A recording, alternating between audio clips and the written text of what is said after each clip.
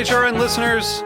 As we celebrate our 15th year, we are deepening our commitment to giving voice to the next generation of food systems storytellers, and we need your help.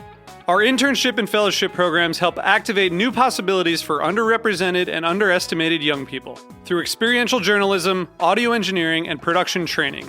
Through these unique programs, HRN helps food equity stewards build essential workforce readiness skills that expand their potential and foster economic mobility.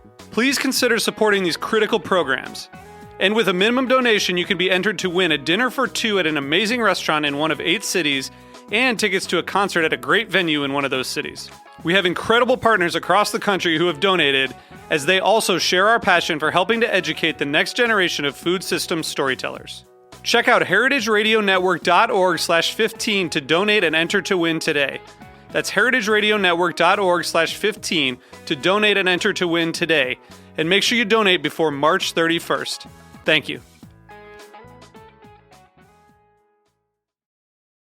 This piece was brought to you by Roberta's, robertaspizza.com. Food and travel. They go hand in hand. And chances are, if you're a fan of Heritage Radio Network, you love them both.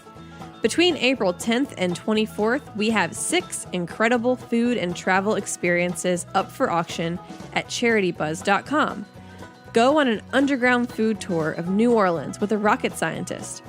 Get your hands on VIP passes to Feast Portland, or enjoy a ranch-to-table experience in wine country. 4 of the experiences include hotel stays at some of the most iconic properties across the country, including the newly reopened Hotel Claremont in Atlanta. Now's your chance to win the ultimate Bourbon and Beyond weekend in Lexington, or take in a Latin food tour of New York's outer boroughs. You'll eat, drink, explore, and relax, all while supporting Heritage Radio Network. Help us keep the lights on and the mics hot. Go to heritageradionetwork.org/auction and bid now.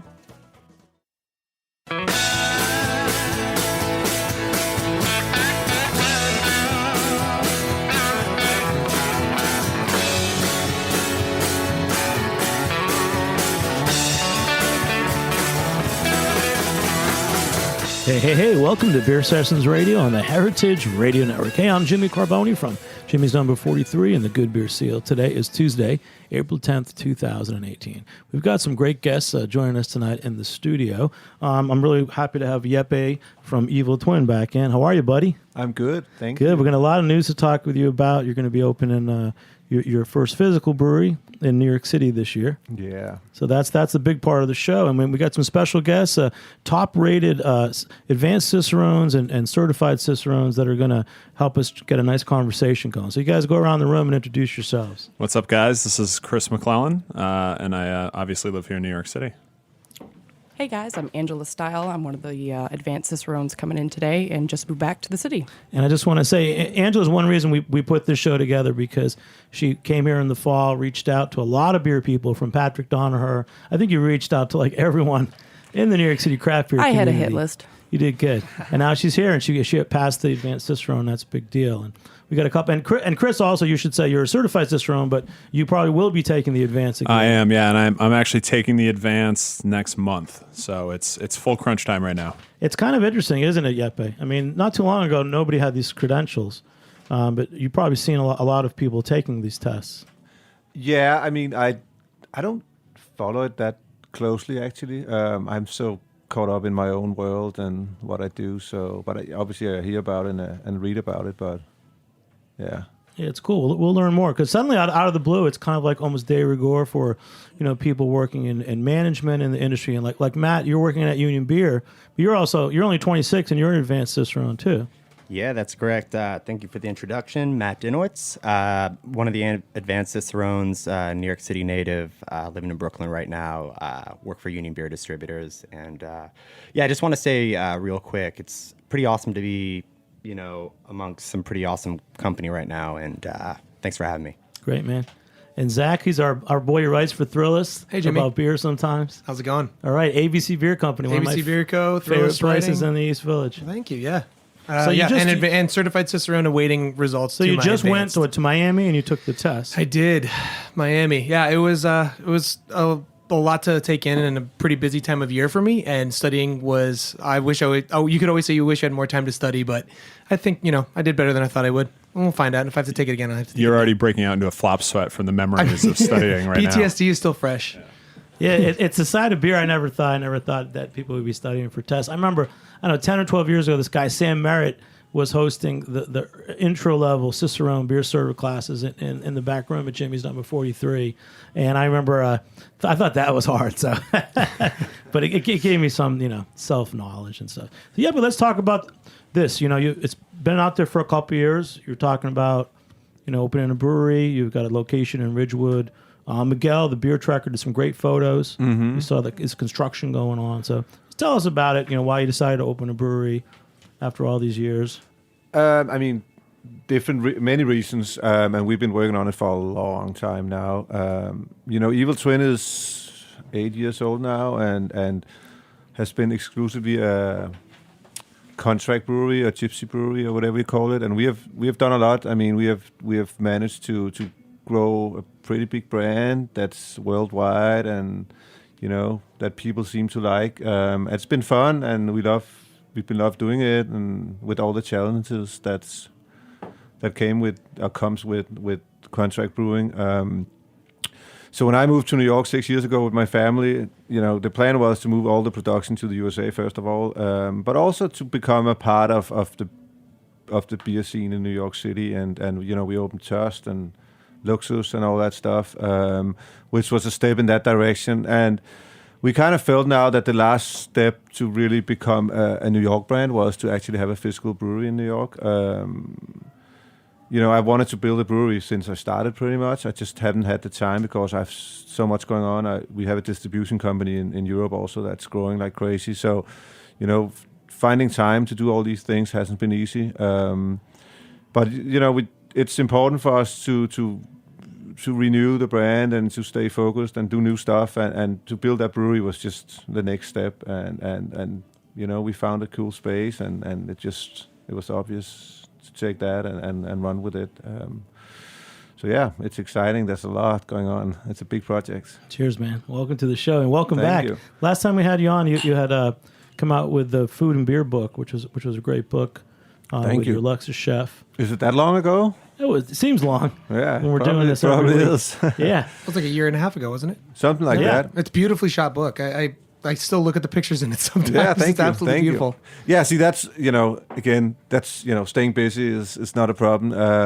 All these things, it's not something we plan to write a book. It's not like, hey, I want to write a book, but Fight on our publisher came along and said, hey, you want to write a book, and you got to do that when they ask. So, a lot of the things that's been happening the last 6 years since I moved to New York is something that wasn't planned, but it kind of just was, came to me, and I just ran with it. And now with the new brewery, it's kind of the same thing. We had been looking for a space for a while and couldn't really find one that we liked and had the size that we wanted. And then a guy called me up and said, hey, I have a space for you in Ridgewood. You should come check it out. And it was, amazing space, nice size, good location, all that stuff. And we were like, hey, we gotta take this. So that's kind of, it sounds like it's all a coincidence, but it kind of is sometimes. I don't like to plan too far ahead. If things happen, they happen, and I run with them. So.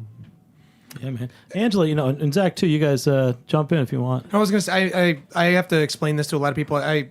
On top of writing about beer and coming on the show every once in a while, I also own a shop and a bar, and having to explain to people kind of the concept that Evil Twin has used to grow.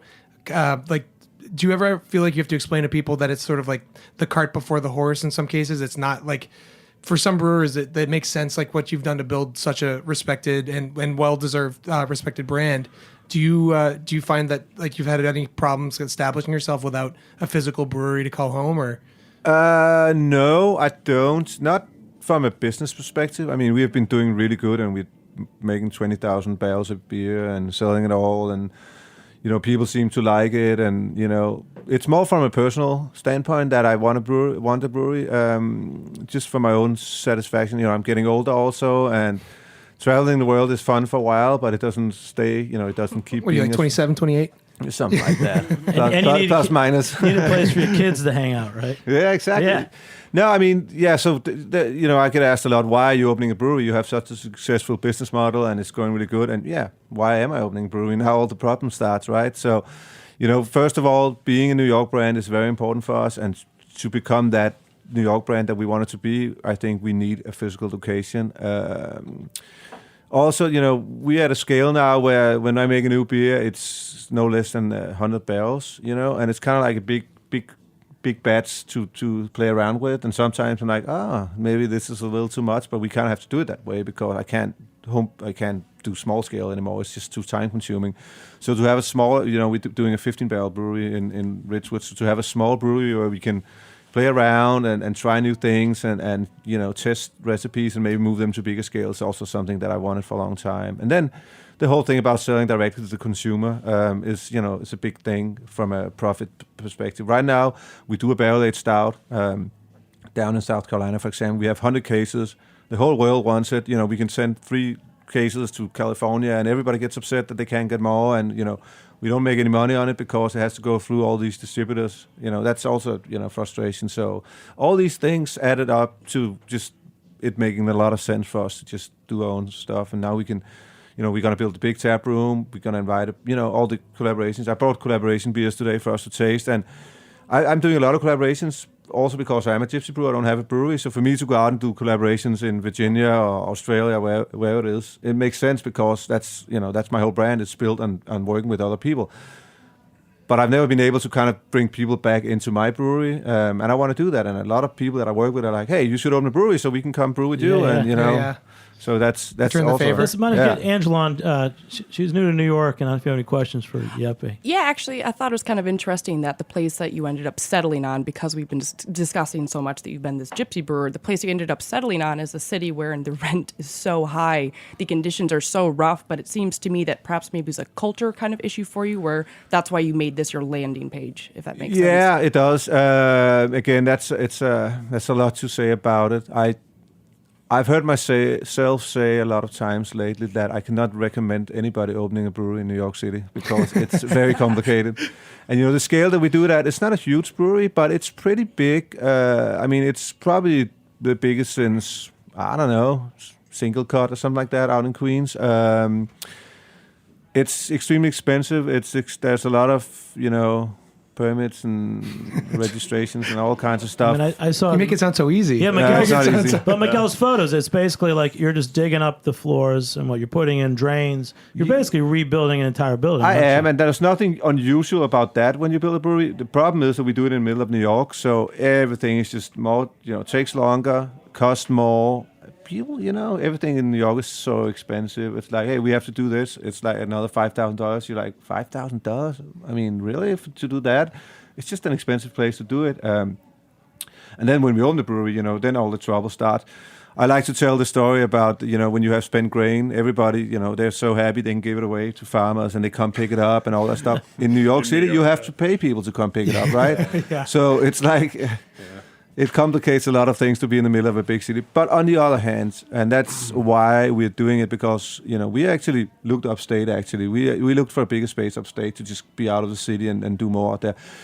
But to be able to do it in New York City also brings a lot of attention to what we do. And, the whole world look at New York from a food perspective, an art perspective, and music and all that stuff. And to be able to build a brewery, it's just going to give us an attention that we wouldn't get if we were outside of New York or if we were in a different state, I think. So all in all, I think it makes sense. Again, I wouldn't recommend it. I always like to say that we're not here for the cheap rent. Exactly. You come in for the experience. And the rent is just a small part of it. But we got the space that we have now that we're building out. Now we got the space in April 2016, and we only started building out in January 18. So we actually paid rent for more than a year and a half. Oh my God. 15,000 square feet. Can you imagine how much that cost?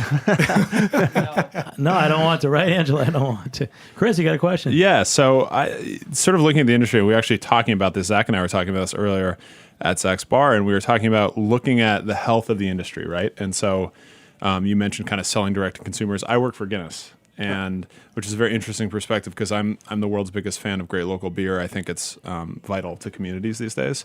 But at the same point, When you look at a lot of the markers out there, it seems like people just forgot how to drink beer. When you look at what's going on, just from a volume perspective and across the industry, do you feel like, what's your take on, especially your perspective, given what you've done and your business model, what is your take on what's happening right now in the U.S. beer scene? Do you feel like we're incredibly healthy? Do you feel like we've got room to grow? Like, what's your kind of perspective on that? See, again, Is that bubble bursting, I think is how everyone's phrasing it. Yeah, no, I don't think it is. I mean, it's a very big question, right? And it takes a lot of answers.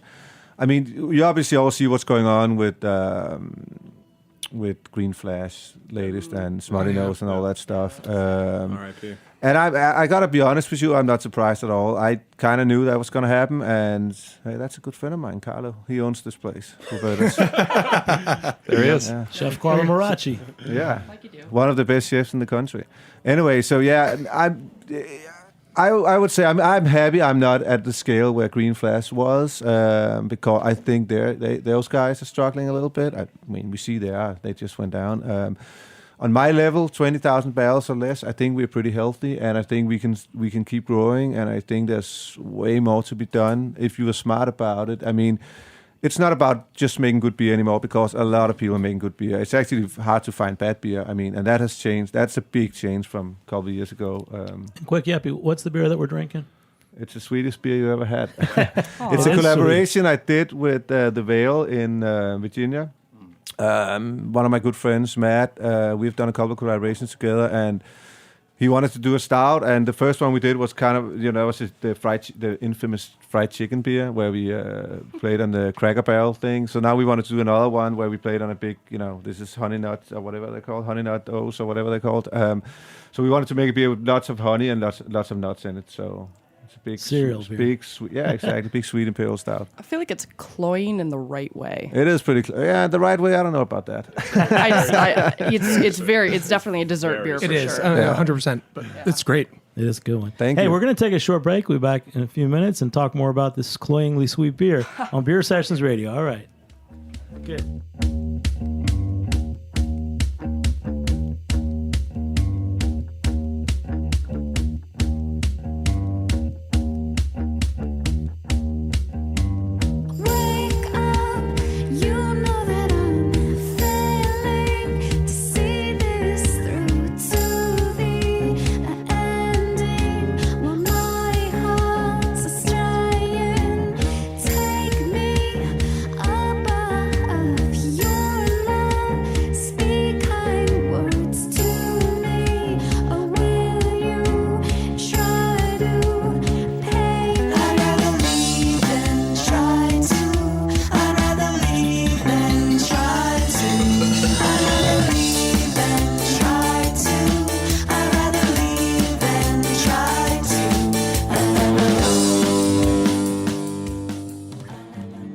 Thanks for listening to Heritage Radio Network.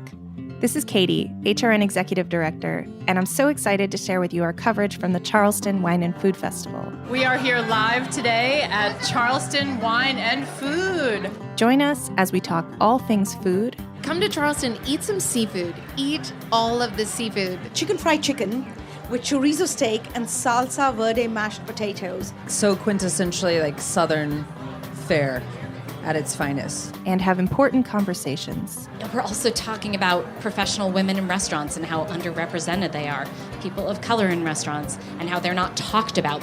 We get real with Food Network's Manit Chauhan. Balance is BS. I was told that I wasn't going to be bleeped out. And find out about raising sugarcane with Chef Sean Brock. It's like being Indiana Jones or something. You never know what you're going to find. You'll come away inspired by the power of food and the food scene in Charleston. Here's Dr. Jessica B. Harris. Food is constantly in flux. Food is always moving. Food is the only real lingua franca that we have that allows us to connect with other folks. So tune in to Heritage Radio Network on tour at heritageradionetwork.org or wherever you get your podcasts. You can't go wrong. Hey, welcome back to Beer Sessions Radio on the Heritage Radio Network. There's so many podcasts going on around the country and around the world. But Heritage Radio Network, this is about 10 years, and we've been here almost 9 doing Beer Sessions Radio, over 400 episodes. So check all the archives. You can go back now on Spotify as well. And there's so many beer industry people that have been on the show, including, Jeppe from Evil Twin is back on the show tonight. He's been on quite a few times. He's opening a physical brewery out in Queens in New York City, and we've got 4 great advanced or on the way to being advanced Cicerones here as well. So, Jeppe, we're just talking about the beer that you made at the Veil and collaborations. I know these guys have some more questions for you. All right.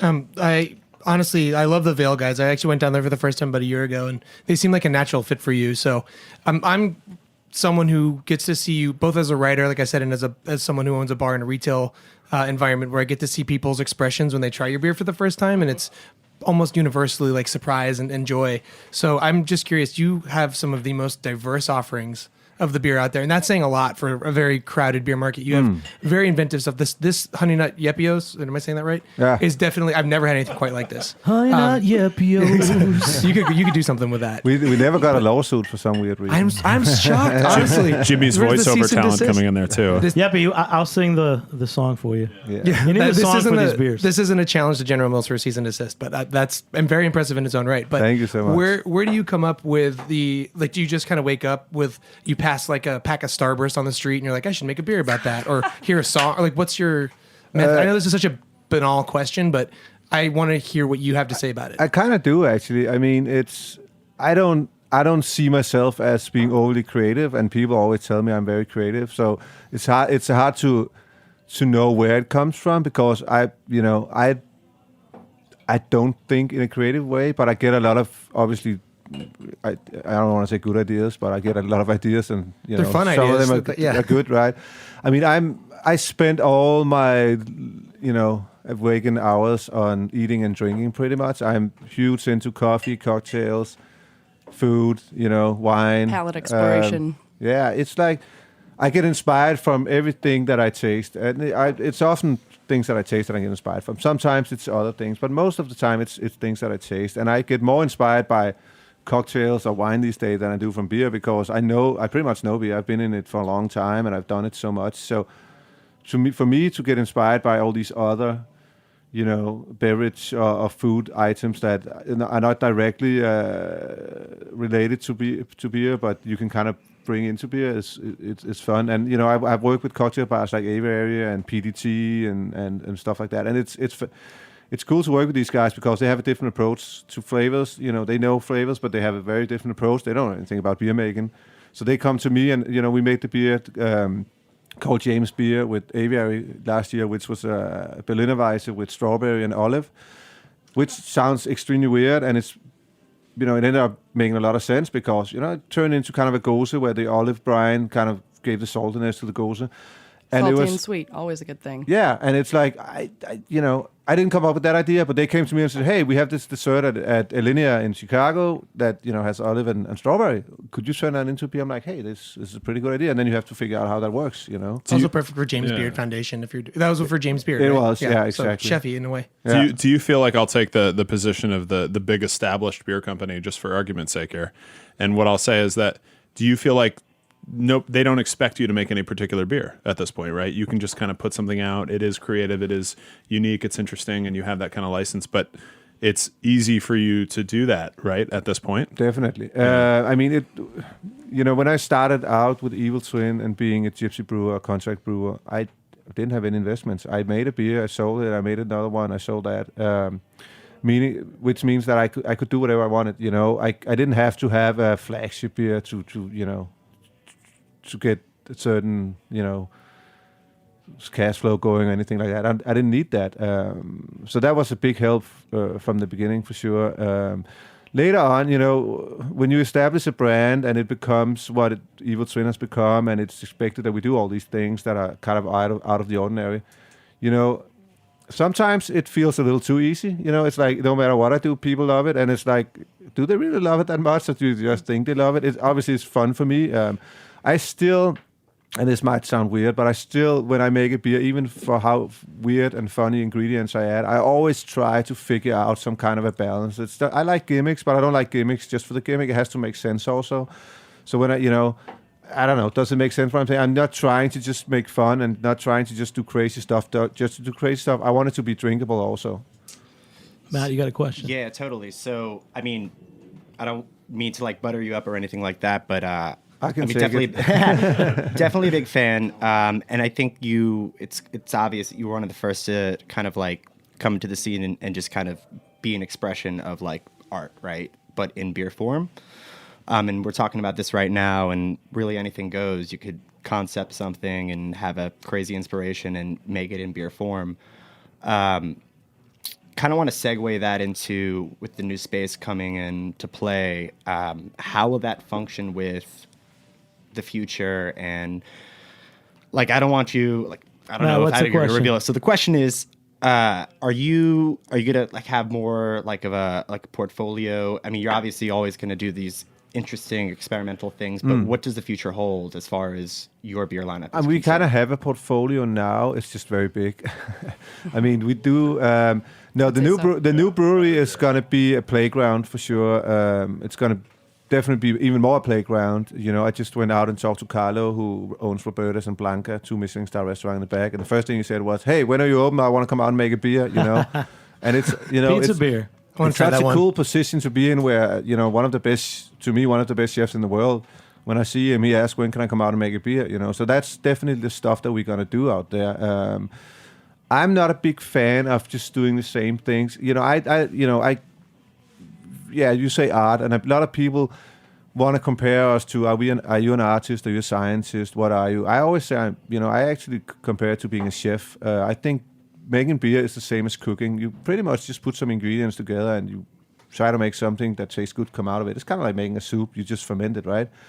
And that's my approach to brewing, which also means that, hey, if you're a chef, you want to make new dishes all the time. You don't want to be there, stand there and do the same thing over and over again. You want to create new dishes, and that's what I want to do. Every time I sit down to make a new recipe, I come up with a new beer, a new concept, I think about, hey, what can I do to, change what I already done, or how can I come up with something new? And it's not like every time I make a stout, I start all over. Obviously, there's certain ingredients you have to use to make a stout, and when you have one base recipe that works out, you kind of go from that when you make a new one. Same thing with cooking. It's not like you start all over every time you have to boil a pot of rice. You kind of know how to do it, but you can use a different rice.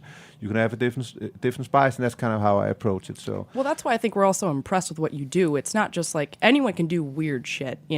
Anyone could just put a bunch of varying ingredients together and try and make it work. But it's the fact that you execute it. That's the part that gets us going, is the fact that these flavors can actually come across like, oh, what would you say, olive and strawberry, was it? I mean, who would have thought of that? But the fact that it could actually come through. Yeah. Mike, I had a weird question. Like, there's definitely a lot, like you said before, like gimmicks for the sake of being gimmicks are aplenty these days, and I know that's definitely something that if you just were to read off the list of ingredients in your beers and no one ever got to try them, then they might see that. But I've tried the majority of your beers, and that's not the case. Like, have you ever had, in the sake of being, let's call it avant-garde or a little culinarily driven, have you ever tried something that like you immediately regretted? Like, I don't get to see your list of failures. I only see your list of successes. Is there ever anything you've ever done that didn't work out? See, now it's can't tell you. No, it's going to sound weird that I said no. I mean, he doesn't remember. He's so good. I've definitely had beers that I didn't. That's success. That I didn't want. That I wouldn't want to do again. Just because it's. I often actually know when I make it that this is a one-time thing and I want to try it out, but it's not something that I want to continue to do. I mean, no, I don't want to call it failures. I mean, even beers that end up tasting weird are not as good as I wanted them to. It's still a learning curve, and I'm not saying that, hey, I'm just trying things out and I'm selling them to the consumer, and they're just gonna buy the stuff that I'm experimenting on. But again, I've made beers that I didn't care for too much, and then I have people come up and say, hey, this is the best beer you ever made. And I'm like, see, taste is different, and you got to be careful trying to make what you think people want all the time, because, which is also why we never describe the flavor of our beers on our labels. A lot of people do. It's like, you make a brown, and it's like, oh, it has notes of coffee and a little bit of, roastiness and blah, blah. Instead, you could beautiful poetry on the side of your cans. Yeah, we never Very do. Yeah, abstract. and that's that's on purpose, because I don't want to tell people what this beer tastes like, because every tastes different. You And think some- it'll lead them to certain expectations plus as well? people taste different things. I might taste coffee in this beer, somebody might taste something else. And my point is that I never make a beer for I make it for myself, and that's easy to say, but I actually do. It's always something that I want to try, and hopefully some Quick, Jeppe, what's this beer? We're on number 2. So that's a collaboration I did with a small brewery down in Florida. It's a longer story. Radiohead, that I've been a big fan of for a long time, was playing in New York, So and I good. missed buying tickets, so I put on Facebook, hey, I need 2 tickets for Radiohead, and some random guy emailed me, say, hey, I have 2 tickets for you. The only thing you have to do to get these 2 tickets is you have to make a collaboration with one of my friends who opened a brewery down in Florida. And I was What a like, deal. I was like, all right, let's do it. Well played. Obviously, it took me like a year and a half to get it done because I'm so busy, but we made it happen. What's the name of the brewery? It's called Gravity Brew Lab. Tiny little one. And this is actually a Belgian dark ale, quadruple kind of style, which I don't make a lot of, but I wanted to do something different. I was going to Florida to brew with Johnson Wakefield and Cycle and a couple of other guys, and they all make stouts, and they all wanted to make stouts. So I was like, hey, I don't want to do another stout, so let's do something totally different. That's good. One thing you mentioned, not putting the flavor components or whatever, the tastes on the label. I think we've talked about that a lot because the vocabulary, the words that people use to describe tastes, some of them are outdated. They go back to like 19th century wine terms. Horse blanket and manure. And barnyard flavors. And if you don't, I think everyone tastes those differently, and especially coming from wine to beer. So I think you're onto something. I don't know if anyone else wants to talk about, how you describe things when you're tasting them, and in particular, like in the Cicerone tests. It's that was one of the biggest parts when I just did the advanced, was being able to come up with really robust adjectives to be able to express what you're tasting. I do a bit of side writing for spirits tasting notes and for wine tasting notes, and I feel like those places you're allowed to be a lot more descriptive and say things like grapefruit zest, and like horse blanket is a common term, but when's the last time you heard someone try to sell you a white wine that the cat piss or like weird scents or like peach cobbler, things like that.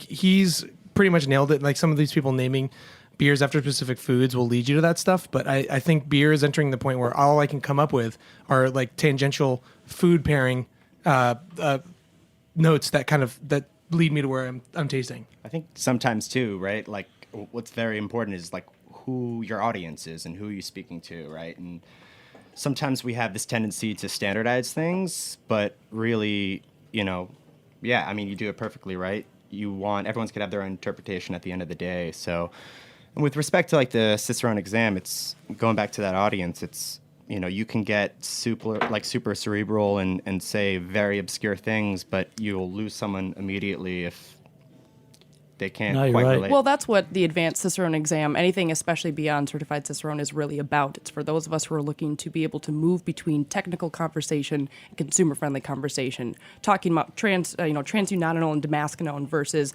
oxidation, and using different vocabulary as well as descriptors. That's why even any time I've done staff education, which has been a huge part of my career, I don't start off beer 101 with beer styles. I think that comes second level. What we need to start talking about first is the palate. What are you getting on the mouthfeel, flavor, and aroma? Start there, and then you can have a conversation universally rather than this pegged specific conversation that only industry people will know. So I think palate plays a huge role for everyone, and all, Maybe she's got a point at this, and I'd be interested to hear what Jeppe has to think too, because I think as Americans we're obsessed with categorizing stuff, coming from the wine world, especially where what specific varieties of wine taste like, or when they come from specific countries.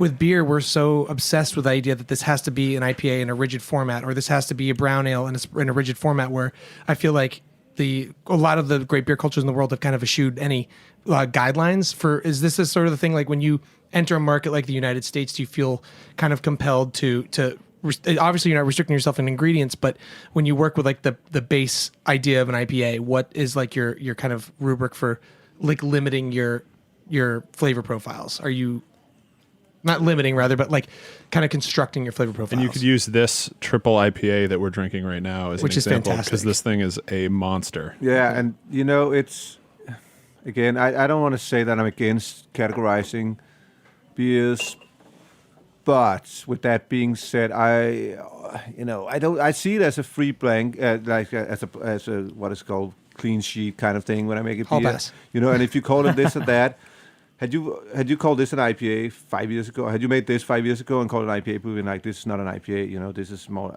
I don't even know what it was. It didn't exist 5 years ago. I think that we have to be careful categorizing everything, and I know that's, taking an exam, a Cicerone exam, you have to categorize things, and I've also judged competition and stuff like that, and that's all about categorizing, and that's fine because that's kind of what this competition is about, or what this exam is about.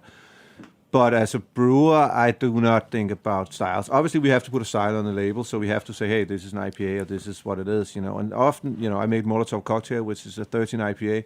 It's pretty much a barley wine, It's a hobby barley wine, but we just decided to put IPA on because IPAs sell better than barley wines, And it doesn't really matter if it's one or the other because I knew exactly what I wanted out of it. I knew what I wanted it to taste. I knew how much alcohol I wanted in it, and if I call it a barley wine and IPA, I don't care. I mean, it's not up to me, So. Yeah, but which beer is this that we're drinking? This is a collaboration I did recently with a pretty young brewery up in just upstate New York. I don't remember the town, but it's called Equilibrium.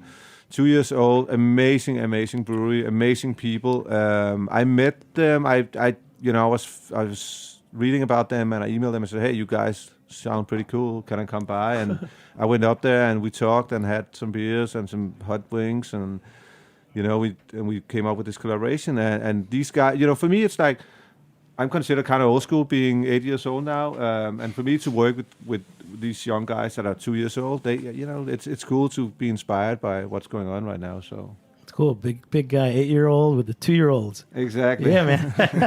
Hey, we're gonna take one more short break. We'll be back in a few minutes on Beer Sessions Radio. All right.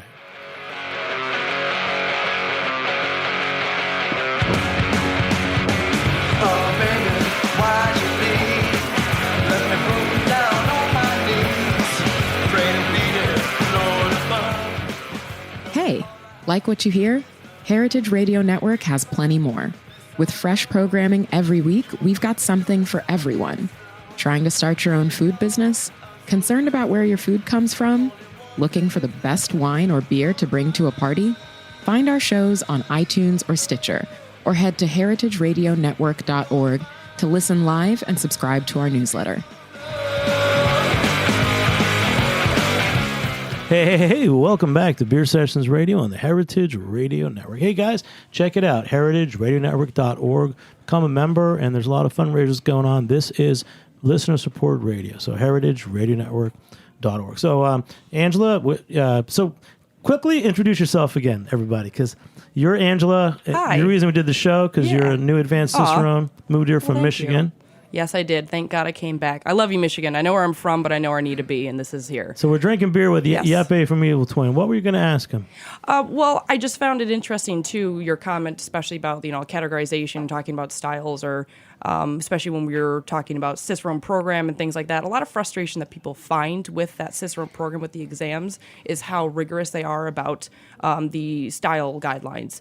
I mean, memorization of these specs. I mean, IBU, ABV, OG, FG, AA. I mean, pretty much everything. It needs to be memorization of these numbers that seem so irrelevant, especially when we have, I can pull up my BJCP app on my phone and find it right there. And as a test, just for IPAs alone, how many different styles of IPA are there? I mean, who really knows now? I mean, officially. Does anybody know? On, say, BJCP I would say officially? 10 to 15, at least. They just added, 3 different types of... And there's so many more hazy that they're IPA. Yeah. They don't even have that one on there yet because they're still in the 2015. That's Brewers Association, not BJCP. Gotcha. Yep, I'm that's sorry. the thing. Yep.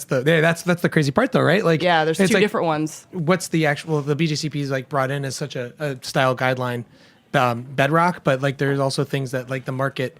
You can't deny when the market puts these hazy IPAs up. Where for the last year and a half there was no categorized version of this. Like Jeppe said, that beer never would have been considered an IPA, but it's been the bulk of IPA sales. And I think that actually, to the point that Angela made earlier, and which is really interesting, that if you can either these days, especially in New York City, right, you can build a brewery and a brand on a reputation for being innovative or creative or having a quality product, right? Whereas back in the day, it was building it on one or two flagships and then kind of evolving from there. So the fact that you can just kind of throw a label on there and say, hey, this is a triple IPA, or this is a barley wine, or this is a lager. It's like this is kind of gives people a rough framework to work within, and I think that does help. If I will make an argument in favor of styles, and that it does give people some vocabulary to work with, but at the end of the day, I think it's the quality of the brand that really kind of resonates there and gives people the confidence to move in there a little bit. However strong it is. 10%. But there's qualities there's like some really good Belgian strongs that are like this. Yeah. I mean, it's, again, I can say that this much. I would never be able to pass the Cicerone test because I don't... It makes me feel a lot better. You'd have your own test. I could probably study for it, but, again, I don't have that approach where I work within the laws or the borders or whatever that the test set up or have set up.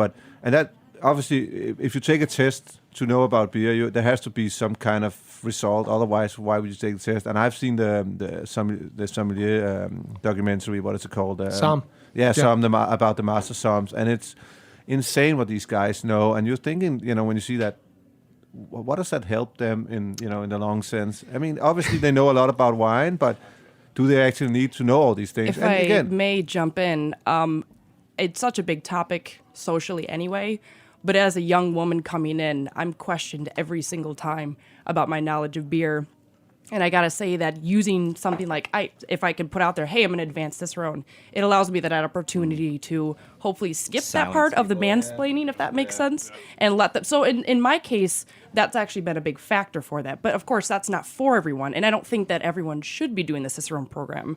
But for those of us who are new to the industry, who were, just turned 21, excited about beer, whatever it was, it allowed us the opportunity to be like, hey, there's this framework where if you really want to if you're a go-getter, if you want to do this and study your ass off and study yourself and really get to know any and all aspects of beer, this is one way and one format for you to do so. Yeah, look, my feeling towards it, is it necessary? No, but I think it's a brilliant program in that it drives people to just deepen their knowledge. It gives credibility to the industry. Yep. And I don't know if it came out wrong. I'm in no way against it. I'm just saying it makes sense for, if you want to be a bartender, definitely, and you come from scratch and you read about craft beer and you are, hey, I want to work at a beer bar. I think if anything, we're agreeing with you because we ourselves have gone through it and we recognize the pitfalls and the pros of doing something like that. It's not for everyone. And like, for instance, I mean, Garrett Alver or someone like you don't need to go in and take the master exam, for instance, to prove your beer knowledge. People, you guys are already established in the industry doing great work. But I think, again, just gives opportunity to other people. Well, now it's become a professional certification. Yes. It's such a big industry. And it's also given us a forum, though, right? Like, it's giving us this forum to be able to have this discussion in the first place, which I think is really, really healthy. Yeah. So I think definitely. Yeah. I think Jeppe's going to go and reform the test, and he's going to write out the questions. I'm sure you put some interesting. But Zach, you just took the test, so I want to hear what did you sweat out? Well, honestly, we've been talking about this a lot. Like? I actually Advanced had similar Cicerone comments. test. The Advanced Cicerone was like, it's relatively new. I like to tell the story about how I passed the certified Cicerone, and then literally 30 seconds later found out that they had added the advanced through an email. And I had like a half a minute window where I was, it was so special. But similar to what Angela just said, like, I've never been a young woman in a very male-dominated industry, but I feel like it is a good way for us to kind of certify that you do know something, like the one core of knowledge. You're so good at identifying with all groups. I'm trying, but it's important in an industry like this where there isn't really there's a lot of opinion and a lot of anecdotal evidence, but there's not a lot of like concrete fact. And then there's nothing to say that this has to be the core of everything we believe, but it's a good thing to kind of base certain opinions on and then keep open-minded about it. And like, I think if anything, beer, like food, is something that you should be able to take and tool into what you want it to be. and we are kind of using science and chemistry to make a product, but we are also being artistic with it, like Jeppe, and kind of putting our own spin on it, and we should all be able to interpret it the way we want. Advanced, we actually were talking about this earlier, all four of us. Halfway through the Advanced, I had this moment where I was like, why the hell am I doing this? Like, I don't understand, like, if this is going to mean anything. Half the people who see the word Cicerone on a page can't pronounce it. They don't know what it means. But when you actually have it at the end of the day, it's kind of grounding for you personally. It maybe a little reassuring, but it's also to be able to walk up in a conversation and not to lord it over anybody, just to be like, look, I've done this one rite of passage. It kind of helps balance a conversation. And I'll say you can help me with my draft system anytime you want. And I'd be happy to. the first thing you don't do, right, in the beer industry is walk up and say you have some sort of Cicerone certification. Never. Right? Yeah. So that's the worst person in the room. But at the end of the day, the conversation definitely gets the conversation started in certain circumstances, and I think that's very important. Jeppe, as you're going forward opening a brewery, I mean, how are you going to staff it? Are you going to have to start setting, looking for these types of certified people?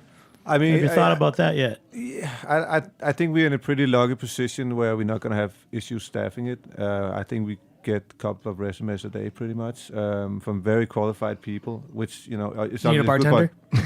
We need everything, but it's also it becomes an issue that we get too many qualified. So now I have too many people that I have to talk to and figure out who's better than the other.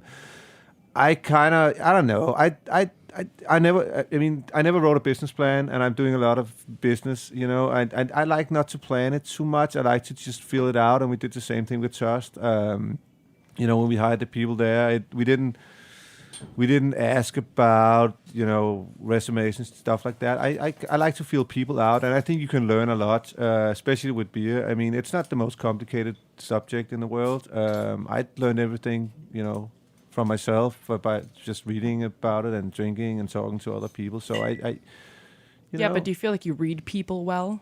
I think I do. Yeah, I do. I used to be a school teacher for 8 years. So that definitely helped me a lot. I don't know. I've been in it for a long time, and I've experienced a lot. I've kind of covered the whole aspect. I own a distribution company, I own a brewery. We had a bar. We had a beer restaurant. I've written about beer and all that stuff. It's I've kind of covered the whole scene, and from that, I've definitely learned to understand where people come from and what people that can help me and what people that can't. Jeppe, I want to ask you a different question. A few years ago, there was an article in Thrillist, and you picked like the 7 favorite beers of yours, beers that influence you. Now, just name a few other breweries that you really look up to, some other beers that you respect that aren't your own. The beers that I can say, the beers that I seek out now, the beers that I drink are either the new guys, like the Equilibriums or the Trillium or whatever it is, or the very old guys, like, and when I say old, I don't mean like German 1,000 years old, but like the established Jolly Pumpkin, stuff like that. I mean, I get inspired by all of them in different ways. I still get inspired by Jolly Pumpkin, just his whole approach to barrel aging and all that stuff. And I've known, Ron for many, many years. And Which is so funny. Like, coming from Michigan, no one talks about Jolly Pumpkin. Everyone outside of Michigan talks about Jolly Pumpkin. So that's great to and hear. Everybody should talk about it because he was the first guy who started barrel aging for real in America. And he's, he should be recognized from that. And Jolly Pumpkin is not a hip brand anymore, which that's what the world is. But to me, being a brewer and doing all the beers that I do and doing all these crazy styles and working with all these crazy young guys and all that stuff, to look back at what this guy is doing and how he's been doing that for up to almost 20 years now, it's like that's still inspiring to me because he's doing something that's so unique that nobody else is doing, and it might not be the hip thing to do and it might not be the modern thing to do, but for me it's still something that's legit and real. And plus I'm also into wine a lot, and I see a lot of similarities from what he does to the wine world, so that definitely inspires me a lot. I had a quick question for you. So we're talking a lot about your identity as being an innovative brewery, different approaches to actually making beer, to talking about the saturated beer market. And so my background is I work with Union Beer Distributors. We're a craft beer wholesaler, and I learn a market, and I'm in a sales function and role, so a lot of that stuff fascinates me, and it's just my background. Keeping all these things in mind, I guess the general question of, what do you see the industry, heading towards, in what direction? Like, what are some of the trends that we haven't seen quite yet? Because a lot of things come and go. I'm just curious to know from your perspective. Pickle beer. Anticipate. It's all about pickle beer. That's the next thing. I hope. That's again, it's a big question, and I get asked a lot, from different magazines and publications to, hey, can you name what the new trend is? And it was easy a couple years ago. You can say, hey, hobby sours, or you can say, hazy IPAs and blah blah. I don't know. I mean, the last thing I heard myself say when I got asked from a magazine what's gonna be the new trend is actually to look back in time a little bit. I think barley wines, for example, are coming back, which is has been super unmodern for the last 5 years. But we've been through this whole craziness of pastry stouts and hazy IPAs and all this fruity Berliner Weisses and all that stuff. I think to go back and start doing some of the styles that we used to do and that people used to do, and kind of, Pilsners are getting back, lagers are getting back a little bit also. To do these things and kind of perfect them more, I think that's going to be the next thing. If it's Belgian blonde, Belgian dark ales, or if it's barley wines, or if it's lagers, or if it's, even Kölsch today. Kölsch is a pretty hip style just because it's like a clean, that's what people want to drink. So I think looking back in time is kind of where the direction we're going in. With that being said, I don't think hazy IPAs are going out of fashion anytime soon. I don't think pastry stouts are going out of fashion anytime soon. I don't think fruity Berliner Weisses are going out of fashion. But for our own sanity as brewers, and also for the sanity of consumers, I think it's good that we have these other styles also, because drinking 12% pastry stouts and 10% hazy IPAs is, it's a little much sometimes.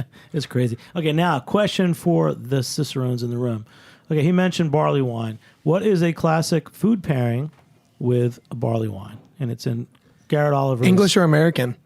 Let's say English. that was a question. That in my was the exam. Cicerone response to your question. This is what I want to hear more. So what's a classic pairing with a barley wine? I'm the junior one here. I'm handing this one off. I mean, I would think, if we were talking, what do we decide on, American or English?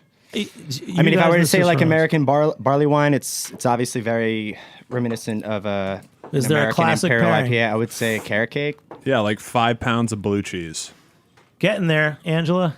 Yeah, see, I feel like actually with American, because it's especially more hop forward, more bittering components, especially more saltiness and cheese, especially is going to be more of the front runner. I think when it comes to pairing, when you get on the English side, that's more of desserts. You almost even So what's an creme English brulee or English something blue like that. cheese? An English blue cheese. Stilton, Yeah, thank you. Stilton Okay. blue cheese. Had to lead you guys there. Oh, So thank Garrett you. Oliver's book, Brewmaster's Table, one of the first So books that good. we know about food and beer pairing. To me, that's the classic that always stands up. Barley wine and Stilton, you put the two in your mouth together, they create something better. Right? Although, to build off what Angela was just saying, last night I went to Bohemian over on Great Jones. Had this ridiculous, it was one of the best hidden little Japanese restaurants in New York City. Thanks, New York. Yeah, right, and of course. But I had Wagyu beef steak tartare on blue cheese toast, like Stilton blue cheese toast. Nice. And I wish I had an English barley wine or American barley wine with it. And another couple more pairings that you like. Yeah, and I think just speaking broadly to food and beer pairings, and Zach, you and I were chatting about this earlier too. So I don't necessarily subscribe to the, like this with that kind of mentality. It's more about how you tee it up, right? Because it's all about the context. Hey, this is why I like it. This is why it's important to me. Which one do you like? Well, I mean, if we're talking about a huge beer, it's going to overwhelm almost everything. And barley wine is about as big as you can get, right? So in that particular circumstance, it has to be, to Angela's point, something absolutely, the salinity has to be off the charts. The umami has to be off the charts, something that can really stand up to that, So like a hugely juicy cheeseburger, something that has a lot of those characteristics to it would be perfect. But, at the end of the day, it's really how you kind of tee that up. You got one, Matt? I mean, it's something different from what we just spoke about, but we're talking about blue cheese. I had one particular blue cheese, I believe it was from Rogue Farms. They do a blue cheese over there, and that with Imperial Stout created something that wasn't quite present there at first, and it kind of brought out this smokiness character, which is kind of cool with food and beer pairing. You could create this almost like third element. No, that's cool. And Jeppe, last question. We're going to wrap up soon. So at your new brewery, let's say you did a night. You're going to have. Is there a food and beer together that you'd like to serve at your brewery or for a special occasion? I mean, we haven't decided finally what we're going to do with food. We're definitely going to scale it back. We had Luxus, and that was a lot of work. And we're definitely not going to do anything like that again. So I don't know. It's up in the air still. I don't think I want to answer that question, but just because we haven't made any decisions yet. We have talked to some cool people that we want to bring in, but nothing is decided yet. So great. I do miss Luxus very much, though. That was a great restaurant. Nothing lasts forever. Yeah, that's beautiful. That's a great one. Very Toast true. to that. Thank Nothing you. lasts forever. Cheers. How do you say that in Danish? You don't. You say skål, right? Yeah, exactly. But let's go around one more time, everybody. Just say your name, your affiliation, and your Cicerone level. Zach Mack, certified Cicerone from Alphabet City Beer Co. And writer for Thrillist and married to other publications. All right. Matt Dinowitz, Advanced Cicerone, working with Union Beer Distributors in their shared brand program, overseeing Narragansett and Austin East Ciders. Shout out to two really awesome brands. Great. And up and coming guys, only 26. We got some young guns here. Hey guys, I'm Angela Style. I'm a level 3 advanced Cicerone, and I work with the Beerly Legal Group as well as working on some other consulting projects around town. I'm going to be the hired gun anywhere and everywhere in the city.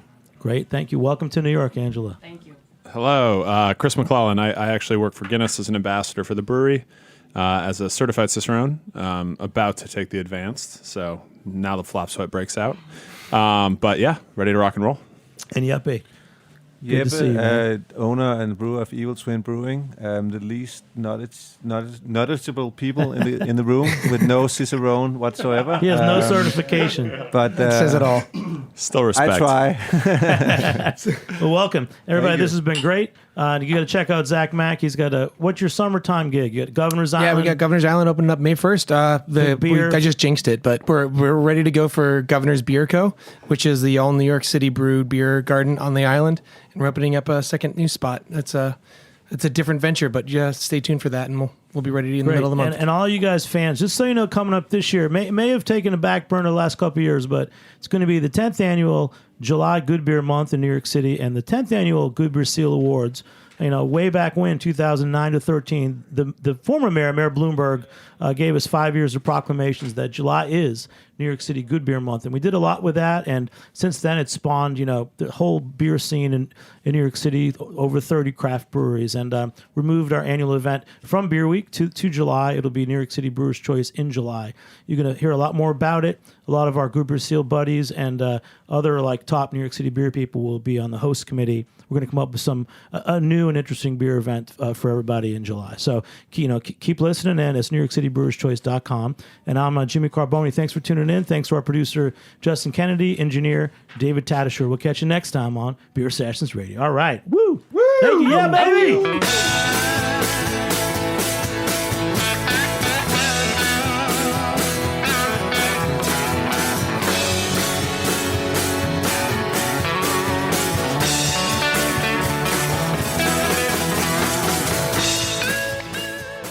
Thanks for listening to Heritage Radio Network, food radio supported by you.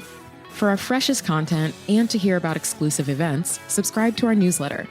Enter your email at the bottom of our website, heritageradionetwork.org. Connect with us on Facebook, Instagram, and Twitter at heritage_radio. Heritage Radio Network is a nonprofit organization driving conversations to make the world a better, fairer, more delicious place. And we couldn't do it without support from listeners like you. Want to be a part of the food world's most innovative community? Rate the shows you like, tell your friends, and please join our community by becoming a member. Just click on the beating heart at the top right of our homepage. Thanks for listening.